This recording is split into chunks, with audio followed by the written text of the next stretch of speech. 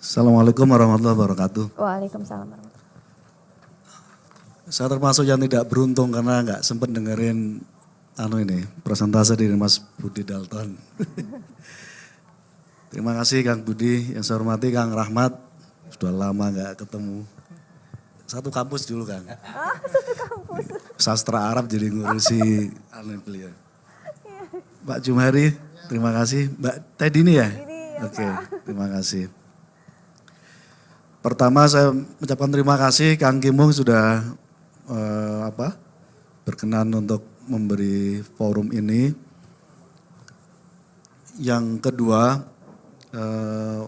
Kang Budi, beberapa bulan yang lalu saya menerima Kang Kimung dan teman-teman, Kang Rahmat, Pak Jumari, terkait dengan intensitas dan entitas teman-teman yang concern di Karinding. Ada beberapa objektif yang ingin saya sampaikan, ada 5 mungkin, terkait dengan komunitas Karinding ini. Objektif yang pertama adalah kita merasa betul bahwa dunia, terlebih-lebih pasca corona ini Kang Rahmat, sedang kehilangan identitas dan pengetahuan dari semua peradabannya. Jadi kita kira-kira kembali pada titik nol lah kira-kira gitu. Dari semua cara pandang kita melihat persoalan ini. Dari krisis kesehatan lalu berefek kepada seluruh dimensi kehidupan kita. Baik sebagai human maupun sebagai entitas kita sebagai negara bangsa. Dan ini terasa betul. Dalam posisi begini, saya menyebutnya terjadi transvaluasi nilai yang luar biasa dari kejadian ini. Dan saya merasa ini sebagai kesempatan terbaik kita sebagai orang Indonesia yang punya khasanah begitu luar biasa, tidak terkecuali dalamnya adalah khasanah Karinding ini. Itu yang pertama. Jadi saya merasa ini peluang Pak Jumari untuk kita berebut. Objektif yang kedua adalah berebut melakukan pemaknaan ulang terhadap semua nilai-nilai kemanusiaan dan nilai-nilai kebermasyarakatan kita, termasuk bernegara dan seterusnya itu. Karena ketika kita dulu masuk zaman postmodernisme, kita sudah, dunia ini tidak lagi ada narasi besar, jadi otoritas besar itu sudah hilang sesungguhnya, dan narasi besar itu juga hilang. Kalau dulu ada narasi besar atau otoritas besar yang kira-kira melingkupi semua keberadaban kita. Misalnya isu soal kapitalisme, sosialisme dan seterusnya. Nilai-nilai itu sekarang pudar di mana-mana. Nah, saya merasa ketika tidak ada narasi besar, yang paling mungkin kita dorong adalah narasi-narasi kecil yang akan menjadi sentrum-sentrum baru. Karena tradisi sentrum besar dulu itu sudah nggak ada lagi. Jadi sekarang terjadi desentralisasi value di mana-mana. Saya merasa Kang Budi, tradisi Karinding ini bisa menjadi narasi kecil yang bisa berebut melakukan pemaknaan dalam situasi hari-hari ini. Kang Rahmat tadi begitu detail menjelaskan soal tradisi lama di Kesundaan, soal Patanjala. Saya dapat pencerahan ini sudah hampir 3 tahun yang lalu dari Kang Rahmat dengan Abah Suhe. Betapa seluruh kehidupan samping kiri, samping kanan sungai itu mencerminkan kehidupan kita hari ini.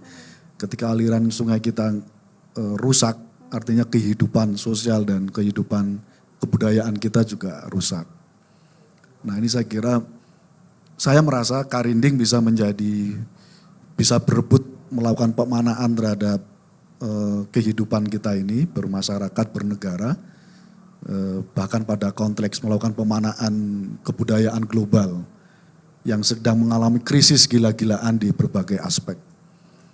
Tidak terkecuali agama. Saya seringkali gregetan, saya sebagai anak buah Gus Dur selalu gregetan Kang Budi, melihat agama yang sudah menjadi komoditas yang semakin menyempitkan agama sendiri. Nah, dalam situasi ini saya merasa tradisi kebudayaan dan strategi kebudayaan yang bisa lebih dulu untuk melakukan kerja-kerja humanisasi di saat dehumanisasi terjadi di mana-mana. Itu objektif saya yang kedua. Objektif saya yang ketiga adalah tadi Kak Rahmat cerita soal tradisi hermeneutika itu. Jadi merekonstruksi dan mungkin mendekonstruksi sebuah tradisi atau nilai itu sekarang menjadi sangat dibutuhkan. Karena apa? Karena seluruh pengetahuan kita sekarang terpenggal dari, jadi pengetahuan hanya berhenti pada level kepala, tidak sampai menyentuh pada level rasa atau hati. Jadi akhirnya ada kedikjayaan pengetahuan, saat yang sama ada kekeringan rasa atau disebut dengan ruang batin yang terlalu terdesak gitu. Anak-anak didik kita, saya masuk pada tema saya, anak-anak didik kita mungkin cerdas, tapi kecerdasan batinnya hilang gitu. Dan ini berisiko besar. Saya selalu cerita dengan Mas V, Mas Hilmar Farid sebagai Dirjen Kebudayaan, satu-satunya orang non PNS, Kang Budi yang bisa masuk jadi Dirjen. Saya kira ini tradisi baru yang baik gitu, supaya kelembagaan di negara bisa diisi oleh teman-teman yang punya concern di isu kebudayaan. Saya selalu bilang ke Mas V, Pak Jumari bahwa kita nggak bisa membiarkan anak-anak kita cerdas, pengetahuannya hebat gitu, tapi saat yang sama dia terdesak ruang batinnya gitu. Nah, tadi Kang Rahmat kan cukup detail menjelaskan bagaimana hasanah yang terbaik adalah memadukan antara pikiran, hati atau perasaan itu atau rasa itu dengan perilaku. Hari ini tradisi kita terpenggal-penggal, kebudayaan terpenggal dengan, mohon maaf, pengetahuan terpenggal dengan kebudayaannya, kebudayaan terpenggal dengan perilaku kehidupan kita sehari-hari. Karinding adalah ruang di mana bisa mensinergikan antara pikiran, perasaan, dan perilaku kita. Pikiran, kebudayaan, dan perilaku kita. Dan yang punya hasanah ini kira-kira kalau mau diidentifikasi dari sekian banyak negara di seluruh dunia ini, saya merasa Indonesia adalah representasi kebudayaan timur yang bisa mengangkat tradisi besar itu. Di saat terjadi ruang kropos kebudayaan di Eropa dan di Amerika dan seterusnya itu. Tradisi filsafat di Yunani dulu yang sekarang ya semakin tidak relevan bagi kehidupan kita. Itu objektif saya yang ketiga ya. Objektif saya yang keempat, ini menyangkut soal isu pendidikan karakter di Indonesia. Saya berdebat terus sama Mas Menteri Nadiem. Satu sisi saya apresiasi atas semua capaian Mas Nadiem, tapi saat yang sama kami sedang berdebat nih Kang Budi, Kang Rahmat, Pak Jumari menyangkut soal bagaimana pendidikan karakter ini harus terus ditumbuhkan untuk anak Indonesia, anak-anak muda Indonesia. Karena anak-anak muda Indonesia tidak boleh disiapkan berbaris panjang untuk menjadi buruh semuanya, untuk beradaptasi terhadap kepentingan market atau pasar, karena sesungguhnya pendidikan kita lebih dari urusan itu, lebih dari urusan menciptakan anak didik menjadi serba siap di dunia kerja gitu. Karena hasanah pendidikan kita melampaui urusan itu. Ini urusan budi pekerti, ini urusan karakter dan seterusnya itu. Nah karena itu saya merasa Karinding ini bagian dari media untuk menjadikan transformasi pendidikan karakter di Indonesia. Karena bisa menggabungkan tadi itu antara sinergi antara pikiran, hati dan perilaku kita gitu. Semuanya diajarkan dari simbol Karindingnya sendiri yang tadi dibedah oleh Kang Rahmat.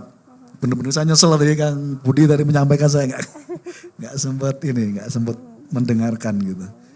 Nah, objektif saya yang kelima, Bapak Ibu sekalian yang saya hormati, saya banggakan, saya sudah sampaikan ke Kang Kimung, Pak Jumhari, saya sudah bilang juga ke Mas V selaku Dirjen, Mas Hilmar Farid, saya minta komunitas ini difasilitasi penuh untuk ada pergerakan-pergerakan yang sifatnya